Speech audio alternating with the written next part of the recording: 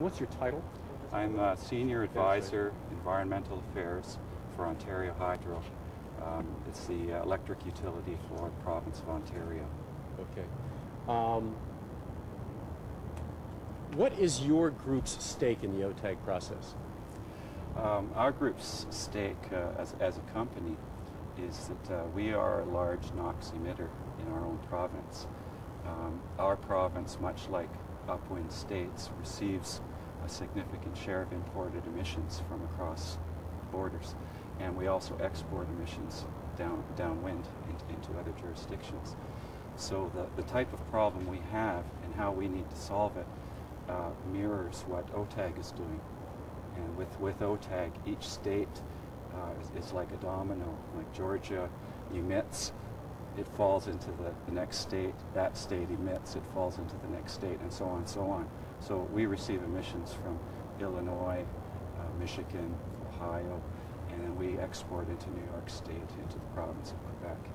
So if we shut down all of our power stations, which we turned off all our cars in our province, we would still exceed our own targets for ground level ozone. So to solve our own problem, we have to interact with the neighboring jurisdictions.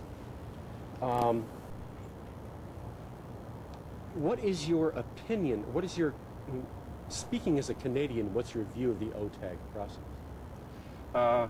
I think it's, well, it's large and cumbersome because of its size, but it's the first clear evidence I've seen of states working cooperatively to deal with transport between states. And I really want to commend the participants for the quality of work that's being done and the dedication of what's being done. I think it's a good model of a process. We ourselves have some multi-stakeholder working groups within Ontario. It's a smaller scale, but it mirrors somewhat this process here. I think it's a good model. What do you think would improve the model for future efforts similar to OTAG? I think a willingness to experiment in the process as opposed to design the perfect system on paper first. I think that would be beneficial. We ourselves are trying to link with adjacent U.S. states in terms of developing emission trading systems where we have a common commodity. Our systems may be completely different in how they're built, but how the commodity is created and transacted is identical. So we did a pilot trade last year with the state of Michigan between Ontario Hydro and Detroit Edison, and it simply showed us how easy it was to do that. And some of the things we thought were going to be obstacles, by doing the real trade, we found were not obstacles. And I think a more experimental approach would be helpful to OTAG. I can't believe I almost did an interview here. What about, are there lessons to be drawn from the OTAG process? And again, if you don't feel that's the case, you don't have to answer. I think sometimes the issue of transport is taken too far. Like quite clearly, Georgia's emissions do not impact Ontario. Quite clearly, Georgia's emissions do not impact New York State. However, it's between adjacent states, you know, where emissions from here fall in here, cause harm, and they also make it more difficult when those emissions come. There's already some background, and so on and so on. I think sometimes OTAG has got distracted with from one end of the region to the other, when really, I guess, you know, that analogy I used before of the dominoes is the appropriate model of transport. Is there going to be an impact of OTAG on people in Ontario? Yes. Basically, if OTAG fails to deliver improved air quality from the transport issue, Ontario is a recipient of harm from U.S. emissions. And if we are unable to link with OTAG in a real tangible way, downwind U.S. states will be impacted from our emissions too. So I think it's quite critical for Ontario that OTAG succeed and deliver real results. Excellent. Your candid opinion of the science that you've seen as part of the OTAG process? I think it's first rate. I think it's as good as it gets. That said, one problem I see in the science is a focus on modeling past peak episodes.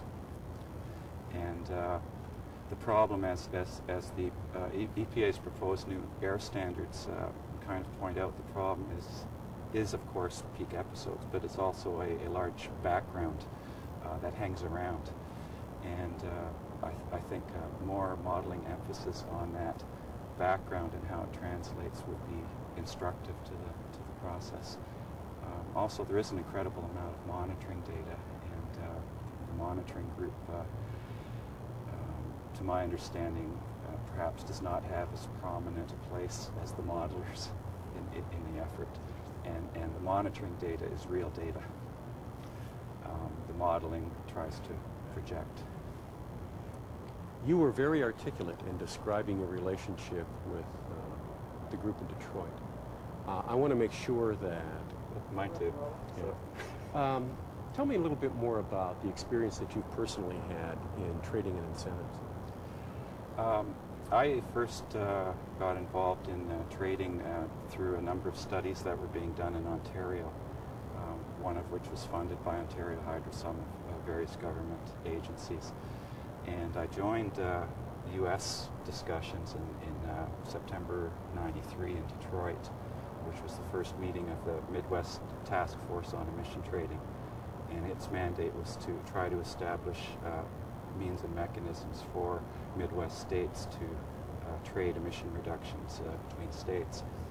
And I saw this as an opportunity to learn something about how to cross borders, given that each state will do its own thing and have its own legislative process. How can you build common elements to cross borders? And from there was a series of meetings throughout the Midwest and Wisconsin and Chicago, and that led to a Council of Great Lakes Governors meeting. And at the Council of Great Lakes Governors meeting, which was in May of '94,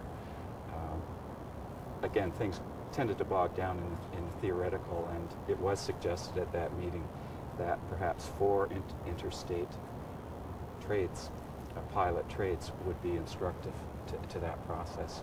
And the one we carried out was one of those. We're still waiting for the other 3 to happen. Would be nice.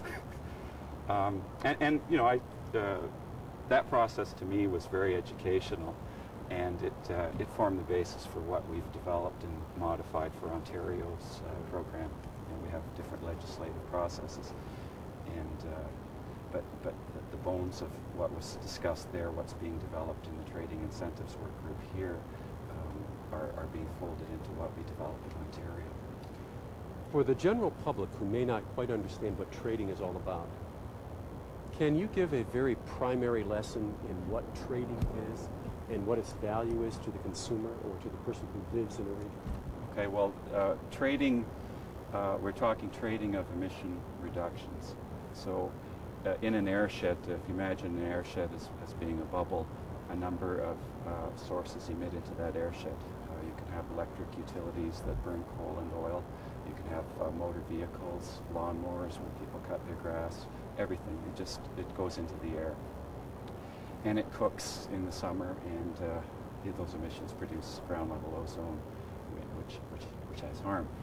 Now, the principle of emission trading basically says that if you have a number of sources emitting, their costs for reducing those emissions are going to be different. In some cases, very different. What trading allows you to do is those sources that can do better than they have to do, if they can go beyond that, they can in fact recover costs by selling how much better they do to someone who's going to have real financial difficulty. The benefits are twofold. One, the airshed sees the same emission reduction as if each source was mandated. There also is built in an incentive for those who can over-improve, which the regulatory system doesn't allow for. It just gets you to the line, and anyone who over-improves, if they're noticed at all, there's no tangible reward. Also, in that you have in each jurisdiction a number of older companies that emit, and their lifetimes are limited anyway. The availability of trading allows them to continue operating as companies, keeping those jobs alive. And then in the normal economic cycle, they'll shut down. But your environmental problem doesn't have to necessarily cost jobs, solving your environmental problem. So there are some economic and environmental benefits that are tightly woven together. I don't know if that was Oh, that was wonderful. too far, too deep. You've been a wonderful interview. I really appreciate it.